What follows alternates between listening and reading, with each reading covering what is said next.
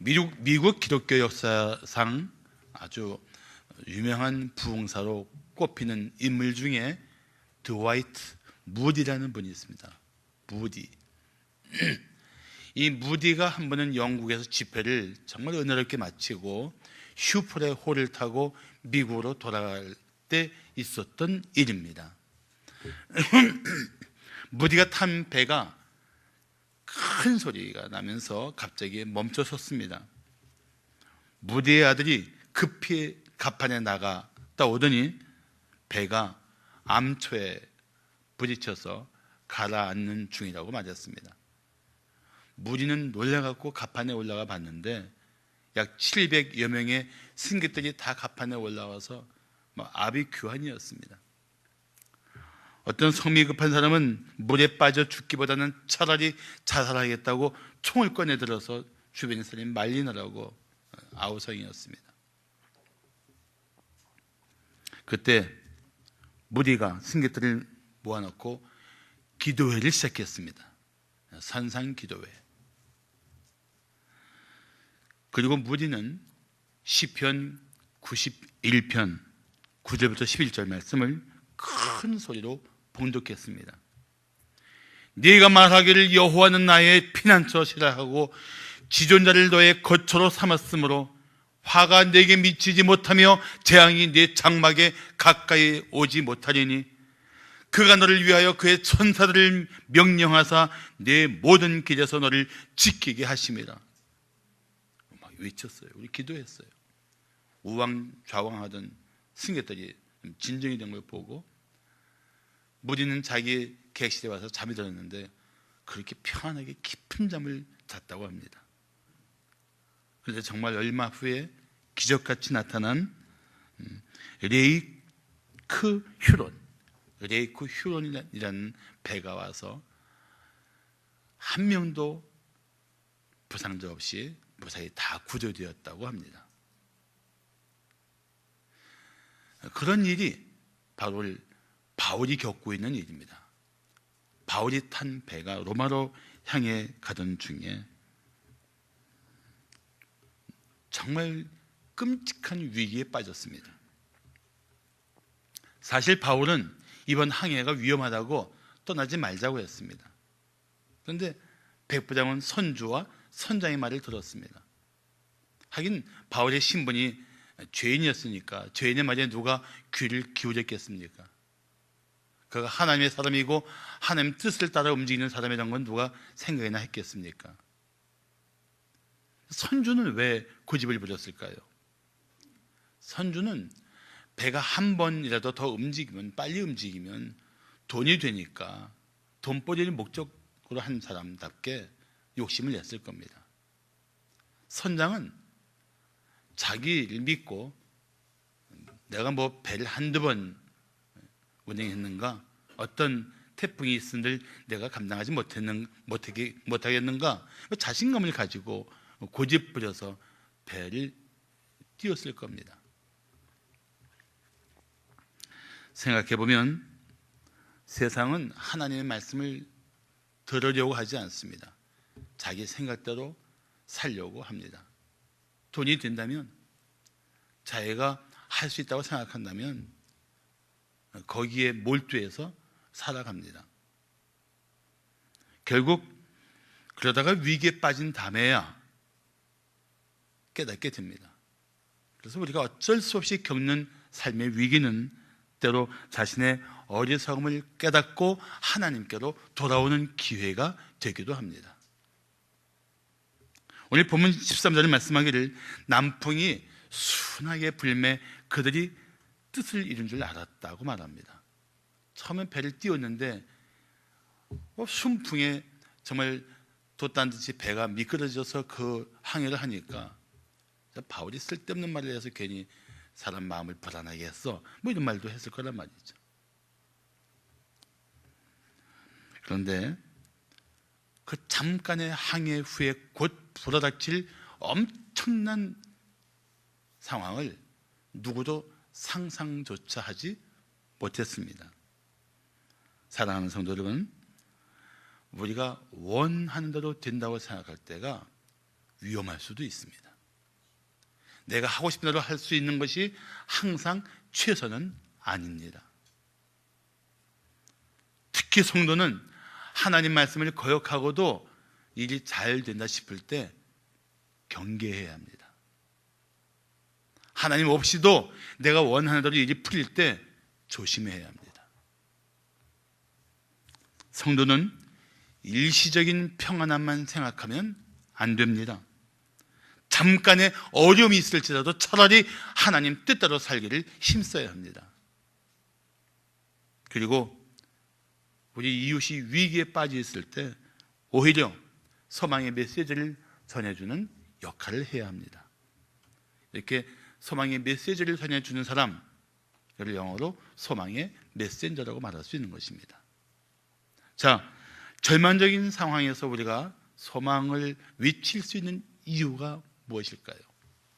지금 바울은 배가 금방이라도 뒤집히고 깨어져서 276명이 다 죽을 수밖에 없는 위기 가운데 있는데 그 자리에서 소망을 외치고 있단 말이죠.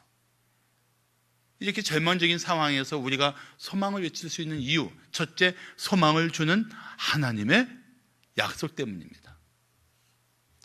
우리가 어떤 상황에도 소망을 둘 수 있는 이유, 소망을 붙들 수 있는 이유, 하나님의 약속, 바로 그 약속 때문입니다.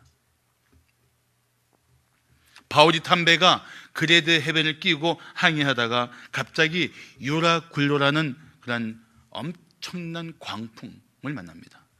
광풍, 미칠 광자 썼으니까 이 소용돌이가 엄청나게 거센 바람이라는 걸 알 수 있어요. 돌풍보다, 태풍보다 어쩌면 더 무서운, 도저히 종잡을 수 없는 바람을 광풍이라고 한단 말이죠. 얼마나 강력한 광풍이었는지 선원들은 속수무책이었습니다. 배는 그 광풍에 밀려서 이리저리 요동쳤습니다. 게다가 선원들은 배가 스르디스에 걸릴까봐 몹시 긴장했습니다. 스르디스라는 것은 겉으로 보이는 물이지만 그 얕은 바로 아래쪽에 모래가 쌓여있는 모래 언덕, 모래톱을 말합니다. 거기에 배가 딱 걸리면 계속 쳐대는 파도의 힘을 못 이겨서 배가 깨어지게 되어 있습니다. 그래서 선원들은 이 스르디스를 선원들의 무덤이라고까지 말하고 있었습니다. 배가 밀리니까 항로를 벗어날 수가 있고, 벗어나니까는 스르디스에 걸릴 수 있고, 지금 완전히 바람 거세죠. 파도 심하죠. 스르디스의 위험은 있죠. 지금 아마 선원들은 혼비백산했을 겁니다. 그래서 그들이 할 수 있는 일이 무엇이었습니까? 배 파선을 막으려고 연장을 벌였습니다. 그 다음 날에는 배 짐들을 다 던졌습니다. 아까운 짐들을 아낌없이 던져버렸어요. 죽느냐 사느냐 하는 판국에 소유에 욕심낼 때가 아니지 않습니까? 사람들은 자신이 죽을 수밖에 없는 존재라는 사실을 좀처럼 인정하지 않습니다. 그래서 어떤 일이 생깁니까? 소유에 집착합니다. 그러나 자기가 죽을 수밖에 없다는 사실, 그리고 곧 죽음이 임박하다는 사실을 안다면 소유 때문에 몸부림치지 않을 것입니다. 오직 한 가지, 생명의 문제에만 매달릴 것입니다. 다 버려도, 다 잃어도 살 수만 있다면 이 생명을 놓고 오직 거기에 소망을 둘 것입니다. 그래서 자신이 죽을 수밖에 없는 존재라는 사실을 안다면 생명의 주 예수께 돌아온 것만이 소망일 뿐입니다. 그 외에는 소망이 없어요. 예수님 외에는 소망이 없습니다. 할렐루야. 배에는 죽음의 두려움만 가득했습니다. 그래서 오늘 본문 20절은 말씀하기를 여러 날 동안 해도 별도 보이지 아니하고 큰 풍랑이 그대로 있음에 구원의 여망마저 없어졌다고 말합니다. 그런데 이 구원의 여망마저 없어졌다는 것을 영어 성경 NIV는 아주 정확하게 표현해주고 있습니다. 영어는 이렇게 되어 있습니다. We finally gave up. 우리 마침내 포기했습니다. 뭐를? All hopes. 모든 소망을 다 포기했습니다. 어떤 소망입니까? Of being saved. 구원될 거라는 어떤 소망도 마침내 다 포기했습니다. 이게 무슨 뜻입니까? 한마디로 말하면 이제는 전혀 살아날 것 같지 않다고 생각했던 것입니다. 살 길이 막막한 정도가 아니라 이제는 끝났다, 죽었다 라는 그런 마지막 막바지에 몰려 있었다는 뜻입니다. 그만큼 절박했어요.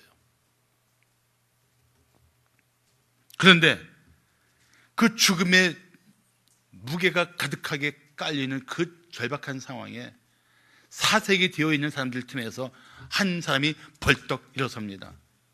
누굴까요? 바울입니다.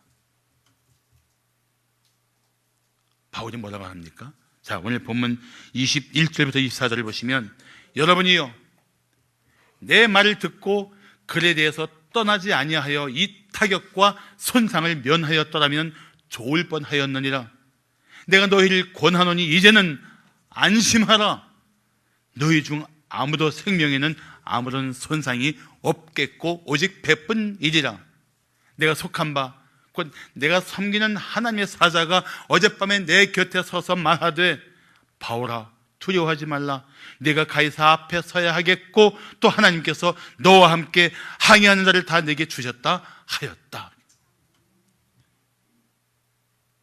다 죽었다고 생각했어요. 구원의 여망이 완전히 사라진 그 자리에서 바울이 일어나서 말합니다. 뭐라고요? 이제는 안심하십시오. 아무도 생명에는 손상이 없을 것입니다. 하나님이 내게 말씀하셨어요. 하나님 말씀을 붙들고 외쳤던 것입니다. 바울이 말한 안심하라고 죽지 않을 거라고 말한 이 소망의 근거가 무엇입니까? 하나님의 말씀이었어요. 하나님의 약속이었습니다. 우리가 이 세상을 향해서 소망의 메시지가 될 수 있는 이유는 한 가지입니다. 하나님의 말씀을, 하나님의 약속을 믿기 때문입니다. 외로운 이웃에게 외치십시오. 당신은 결코 혼자가 아닙니다. 하나님이 함께 하십니다. 절명에 빠진 이웃에게 외치십시오. 아직 끝나지 않았습니다. 하나님이 당신을 도와주실 것입니다. 죽음의 두려움에 빠진 사람들에게 말씀하십시오. 두려워하지 마십시오. 주님이 사망에서 당신을 구원해 주실 것입니다. 다 성경에 있는 약속들이에요. 이 약속을 붙들고 우리는 이웃들에게 소망을 전해야 합니다. 소망을 나누어야 합니다. 소망의 깃발을 들고 이웃들을 그 절망의 자리에서 일으켜주는 성도들이 되시기를 축복합니다. 자, 절망적인 상황에서 우리가 소망을 외칠 수 있는 이유가 무엇일까요? 둘째, 소망을 주는 하나님의 능력 때문입니다. 소망을 주는 하나님의 능력. 사랑하는 성도 여러분, 제가 묻겠습니다. 그럼 한번 이 질문에 힘 있게 대답해 주시면 좋겠습니다. 당신이 처해 있는 어떤 절망적인 상황보다 더 능하신 하나님을 믿습니까? 아멘. 할렐루야. 아멘. 우리 믿음은 그런 거예요. 아무리 이 땅에서 어떤 절망적인 상황, 우리의 마음을 무너뜨리는 최악의 상황이 있을지라도 그보다 더 크신 능력으로 나를 능히 도우실 하나님, 그 하나님을 믿고 있느냐 하는 것입니다. 결국 우리를 절망시키는 상황에 누릴 것이냐, 아니면 이보다 더 크신 능력의 하나님을 신뢰할 것이냐, 이 믿음의 문제예요.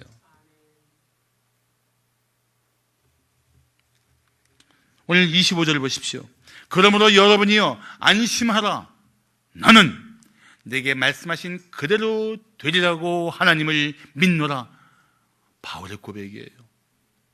하나님은 내게 약속하셨을 뿐 아니라 그 약속하신 대로 하실 분이십니다. 난 그 하나님을 믿어요. 그런 뜻이에요. 하나님이 약속해놓고 갑자기 조용히 찾아오셔서 야, 안 되겠다. 죽을 수밖에 없겠다, 이런 분이 아니라는 거예요. 말씀하시고 그대로 능히 이루시는 하나님, 난 그 하나님 믿는다. 우리에게 그런 믿음이 필요합니다.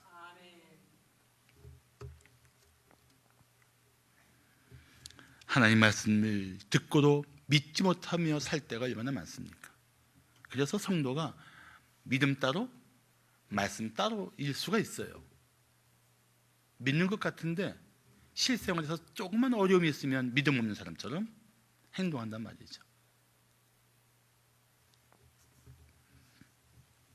그래서 옛날 믿음의 선배들은 믿음대로 산다는 말을 이렇게 말했습니다. 한자어로 신행일치. 믿을 신, 행할 행. 한일 같을 치. 신행일치. 믿고 사는 것이 일치되어 있다. 나는 우리 성도들이 신행일치의 성도들이 되시기를 축복합니다. 한번 전후 좌우의 분들에게 그렇게 인사를 나눕시다. 신행일치의 삶을 삽시다. 시작. 성도가 말씀 따로 생활 따로 사는 것은 말씀에 대한 불신이며 하나님의 능력을 믿지 못하는 증거입니다. 바울은 하나님께서 말씀하시고 말씀하신 대로 될 것을 굳건히 믿었습니다. 그래서 그는 담대했어요. 사실 오늘 본문 27장 전에 사도행전 23장 11절에서 바울은 하나님의 약속을 이미 받은 것이 있습니다. 그날 밤에 주께서 바울 곁에 서서 이르시되 담대하라.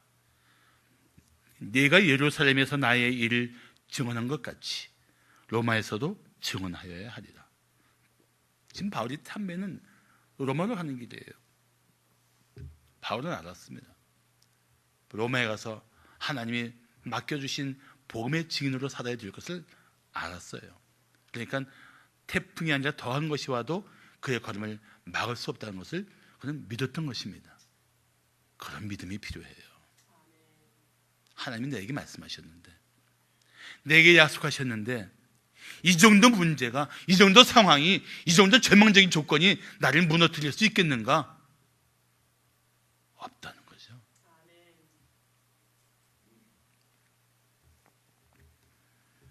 사랑하는 성도 여러분, 하나님께서 주신 약속이 있다면 반드시 이루어질 줄을 믿으십시오. 하나님이 말씀하신 대로 역사하실 것입니다.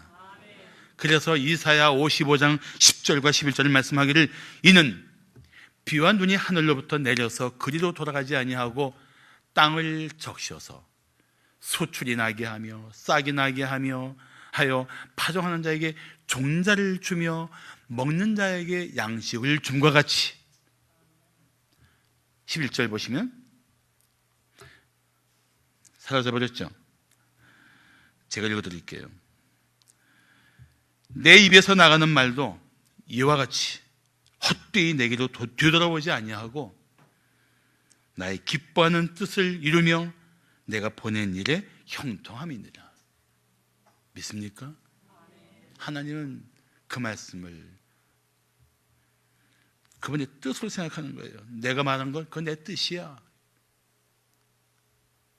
그래서 우리 하나님 말씀은 하나님의 뜻이요, 하나님의 의지요, 하나님의 약속인 줄을 알아야 돼요. 한번 따라합시다. 하나님 말씀은 나를 향하신 하나님의 뜻입니다. 하나님의 의지입니다. 하나님이 하실 약속입니다. 믿습니까? 그게 하나님 말씀이에요. 그러니까 여러분들이 만약에 이때 내가 어떻게 하면 좋겠는가 모르겠다면 기도하면서 하나님의 말씀을 찾아보세요. 성경에서 하나님 말씀해 주세요 하고 하나님 말씀을 갈망하세요. 그 말씀이 바로 하나님의 뜻이요, 의지요, 약속입니다. 그리고 하나님은 말씀대로 반드시 하실 것입니다. 중요한 사실은 말씀하신 하나님은 그 말씀대로 반드시 이루실 전능하신 하나님이라는 사실입니다. 그렇다면 우리가 약속을 믿을 이유가 너무 분명하지 않습니까? 하나님이 약속하신 대로 하실 것입니다. 말씀대로 능히 이루시는 하나님, 그 전능하신 하나님을 끝까지 신뢰하십시오. 물론 우리는 이렇게 말할 수밖에 없습니다. 난 못해요. 할 수 없어요. 어떻게 할지 모르겠어요. 난 이제 끝난 것 같아요. 맞습니다. 우리 그런 존재예요. 지혜도 없고 힘도 없고 문제 앞에서 우리는 갈팡질팡할 수밖에 없는 존재입니다. 그렇지만 우리 하나님은 모든 것이 능하신 하나님이십니다. 그렇기 때문에 우리가 아무것도 할 수 없을 때가 바로 전능하신 하나님을 의지할 때입니다. 그런 모습을 이웃들이 지켜보고 있다는 사실을 아십니까? 야, 어떻게 저런 상황에서 저런 믿음이 가능할까? 전능하신 하나님을 믿는 우리의 모습이 이웃들에게는 소망의 메시지가 될 수 있습니다. 그런 대표적인 인물 중에 하나가 다니엘이에요. 다니엘을 시기한 대적들이 교묘하게 다니엘을 올감해서 사자굴에 던져넣게 했습니다. 그 다니엘을 그토록 사랑하고 좋아하던 다리오 왕조차도 그를 건져줄 수 없을 만큼 그렇게 상황이 되어버렸어요. 다니엘이 사자굴에 던져진 그날 밤에 밤새도록 풍악을 그치고 다리오는 날밤을 샜습니다. 아침에 이 새벽에 동이 트자마자 다니엘이 들어가 있는 사자굴로 달려갑니다. 그리고 다리오 왕이 뭐라고 외치는가 한번 들어보시겠습니까? 다니엘서 6장 20절 보시면, 살아계시는 하나님의 종 다니엘아, 내가 항상 섬기는 네 하나님이 사자들에게서 능히 너를 구원하셨느냐. 다리오 왕은요, 다니엘이 섬기는 하나님이 능하신 하나님이라서 사자굴에서도 살아나게 하실 수 있다는 생각을 한 것 같아요. 그렇게 이렇게 말할 수 있었겠죠? 다니엘아, 살아계시는 하나님의 종 다니엘아, 내가 항상 섬기는 네 하나님이 너를 사자들에게서 능히 건져내셨느냐. 못했으면 고요 잠잠할 텐데 다니엘의 음성이, 낭낭한 음성이 들리는 거예요. 여기저기 물려서 아파서 신음한 소리가 아니고 멀쩡한 사람의 목소리 들리는 거예요. 재밌죠? 놀랍지 않습니까? 그래서 다니엘은 바로 전능하신 하나님의 증인으로 살았고, 그런 하나님의 능력을 믿는 사람답게 살 수 있었단 말이죠. 그러니까 그 주변에 소망을 주는 메신저가 되었던 것입니다. 우리 성도들이 그렇게 살기를 바라는 마음 하나님이 아실 겁니다. 마지막으로 절망적인 상황에서 우리가 소망을 외칠 수 있는 이유가 무엇일까요? 셋째, 소망을 주는 하나님의 인도 때문입니다. 1970년대 그때 미국에서 시작돼서 전 세계적으로 복음 성가가 아주 확장될 때, 그때 미국의 잔 피터슨이라는 유명한 복음 성가 작곡가가 있었어요. 아시죠? 그분이 지은 노래 중에 내 인생 여정 끝내어라는 찬송이 있습니다. 뭐 워낙 명곡을 많이 지어갖고 그분의 노래를 모르면은 안 될 만큼 유명한 노래 많은데, 그 중에 하나가 내 인생 여정 끝내요. 2절 가사가 참 좋은데, 불러드릴까요? 아니, 가사를 불러드릴까요? 노래를 불러드릴까요? 그럴 줄 알았어. 이 가시 바뀔 인생을 허덕이면서 갈 때에 시험과 환난 많으나 예수 인도하셨네. 매일 발걸음마다 예수 인도하셨네. 나의 무거운 죄 짐을 모두 벗고 하는 말, 예수 인도하셨네. 좋죠? 다음 주에 한번 불러볼까요? 같이? 다음 주에 가사를 다 나눠드릴게요. 내 삶을 인도하고 계신 분이 하나님이시다. 이게 얼마나 놀라운 일인지 압니까? 하나님이 나의 삶을 인도한다는 것에는 세 가지 의미가 있어요. 하나님이 나의 삶을 인도한다는 것에 대한 세 가지 의미. 첫째는 세상의 죄악에 휩쓸리지 않도록 돌보신다는 의미입니다. 세상에 죄악에 휩쓸리지 않도록 보호하신다, 돌보신다. 두 번째 의미는 사탄의 권세에 무너지지 않도록 보호하신다. 사탄의 권세에 무너지지 않도록 보호하신다. 세 번째 의미는 나를 위해 예비하신 곳으로 반드시 도착하게 하신다. 나를 위해 예비하신 곳에 이르게 하신다. 하나님의 인도하심이 그런 거예요. 하나님의 인도하심. 내 삶이, 내 인생이, 내 걸음이 하나님의 인도를 받고 있다. 이게 그렇게 놀라운 의미를 가지고 있는 거예요.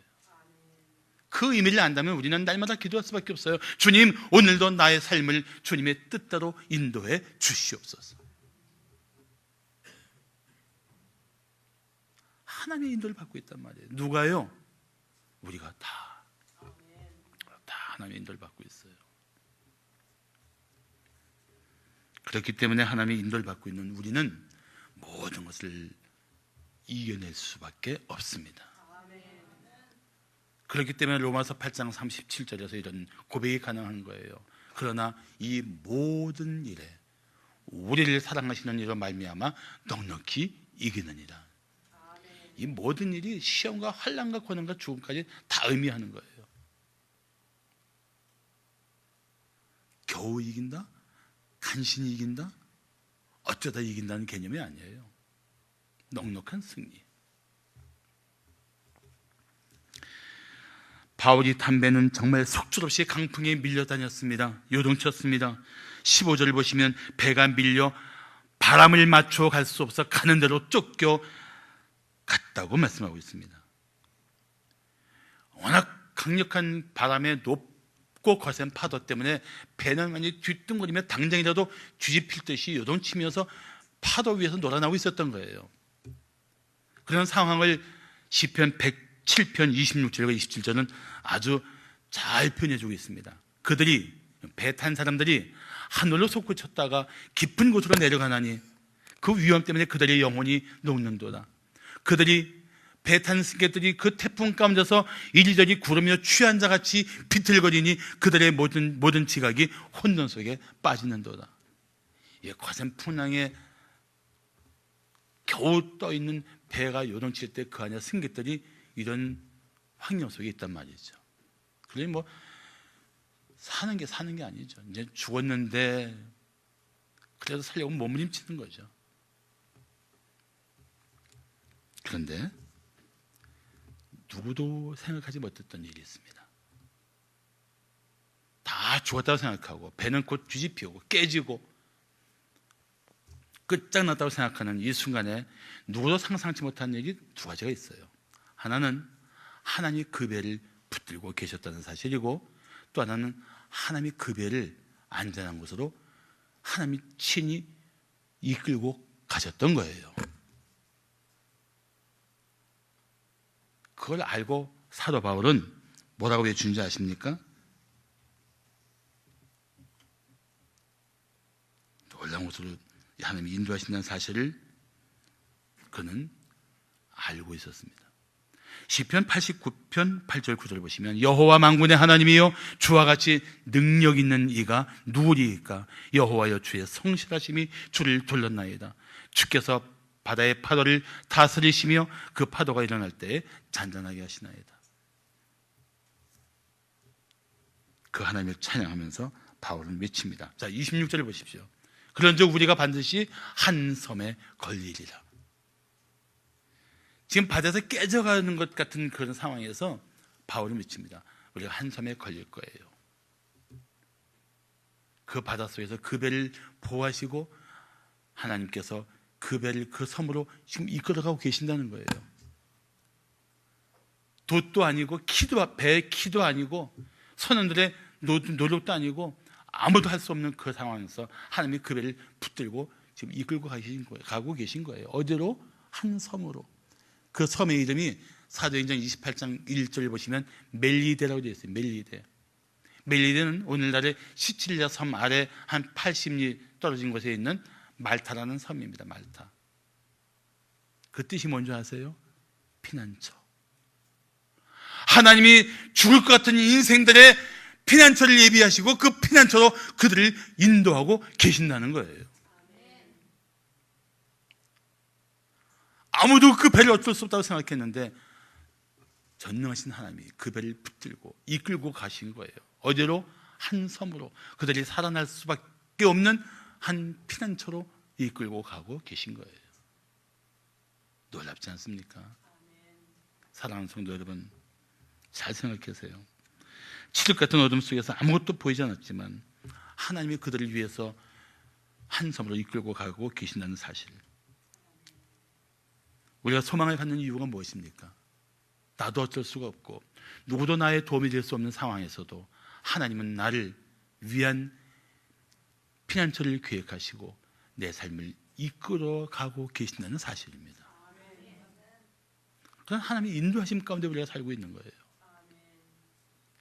그분의 선하심과 인자하심이 우리 평생에 함께하는 줄을 믿으시기 바랍니다.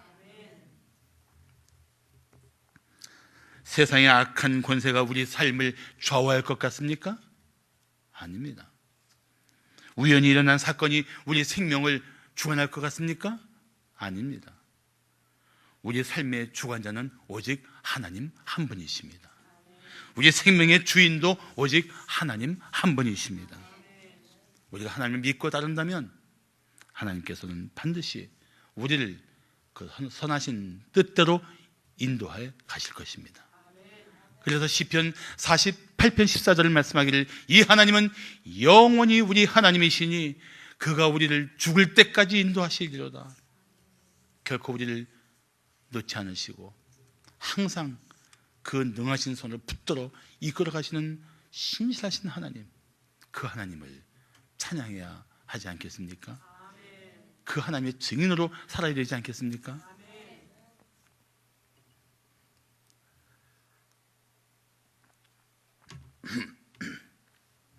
정신의학자 칼 매닝거는 이런 말을 했습니다. 태도는 사실보다 더 중요하다. 태도는 사실보다 더 중요하다. 아무리 절망적인 현실에 부딪힌다 해도 우리가 그 사실을 어떻게 이해하느냐에 따라서 달라진다는 거예요. 다시 말하면 믿음의 눈으로 보느냐 믿음 없이 보느냐에 따라서 결과는 달라질 수 있습니다. 그러니까 매닝거는 태도는 사실보다 더 중요하다고 말했지만 그냥 태도가 아니라 믿음으로 나의 삶을 보는 자세는 우리가 겪고 있는 현실보다 더 중요하다는 사실을 우리는 알아야 합니다. 1964년 종신형을 받은 한 사람이 있었습니다. 그는 바다 멀리 외딴 섬에 루벤이라는 섬에 교도소에 수감되었습니다. 교도소가 워낙 비좁아서 다리 하나 마음껏 뻗을 수도 없었고 변기라고는 양동이 하나뿐이었습니다. 면회와 편지는 6개월에 한 번만 허용되었습니다. 게다가 교도관들은 걸핏하면 그를 불러다가 고문하고 짓밟았습니다. 그가 교도소에 간 후 그의 부인과 자녀들은 살던 집을 빼앗기고 변두리로 쫓겨났습니다. 그렇게 세월이 흘러 14년이 되었을 때 큰딸이 결혼해서 낳은 아기를 데리고 면회를 왔습니다. 아들이 아빠를 보면서 울먹임에 맞았습니다. 아버지, 이 아기의 이름을 지어주세요.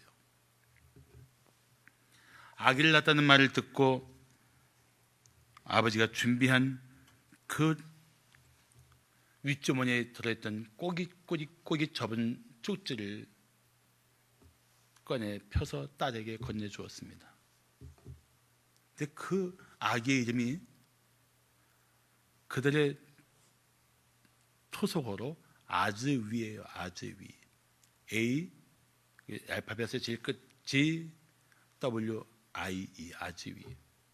아즈위가 무슨 뜻이냐면 희망이란 뜻이에요. 희망.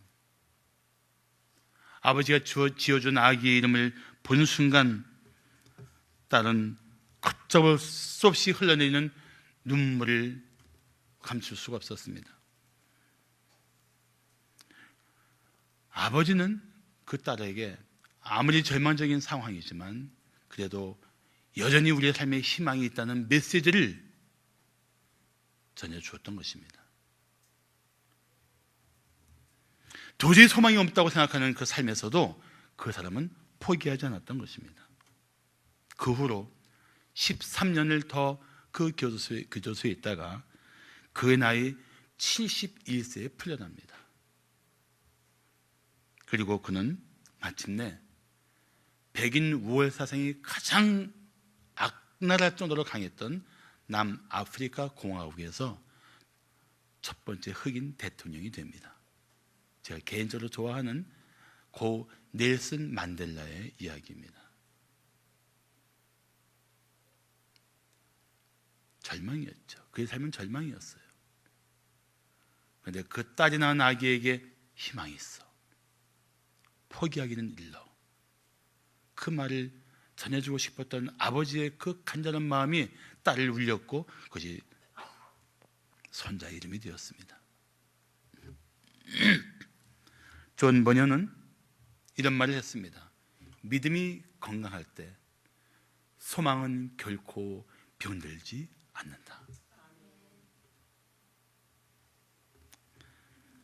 그렇다면 우리가 하나님의 사랑을 믿는 우리가, 하나님의 약속을 믿는 우리가, 하나님의 능력을 믿는 우리가 어떤 절망의 상황에 있든지 다시 소망을 붙들고 일어설 수 있지 않겠습니까?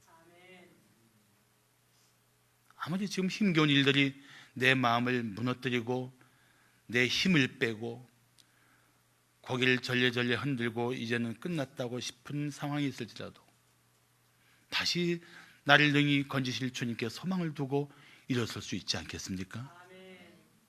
난 우리 성도들이 그랬으면 좋겠어요. 하나님은 어떤 절망의 자리에서도 소망의 자리로 우리를 인도하실 것입니다. 어떤 죽음의 자리에서도 우리를 생명의 자리로 인도하실 것입니다. 하나님께 소망을 두고 먼저 일어나십시오. 소망의 증인이 주십시오. 우리 이웃들이 우리를 통해서 맞아, 저들의 하나님, 저 기흥지구촌교회 성도들이 섬기는 그 하나님이 우리의 소망이야 라고 외칠 수 있도록 그렇게 살아가야 합니다. 그래야 소망의 메신저가 될 수가 있습니다. 나는 우리 성도들과 함께 드디어 하나님이 허락하신 새로운 예배처로 이제 3개월 후에는 입당하게 될 겁니다.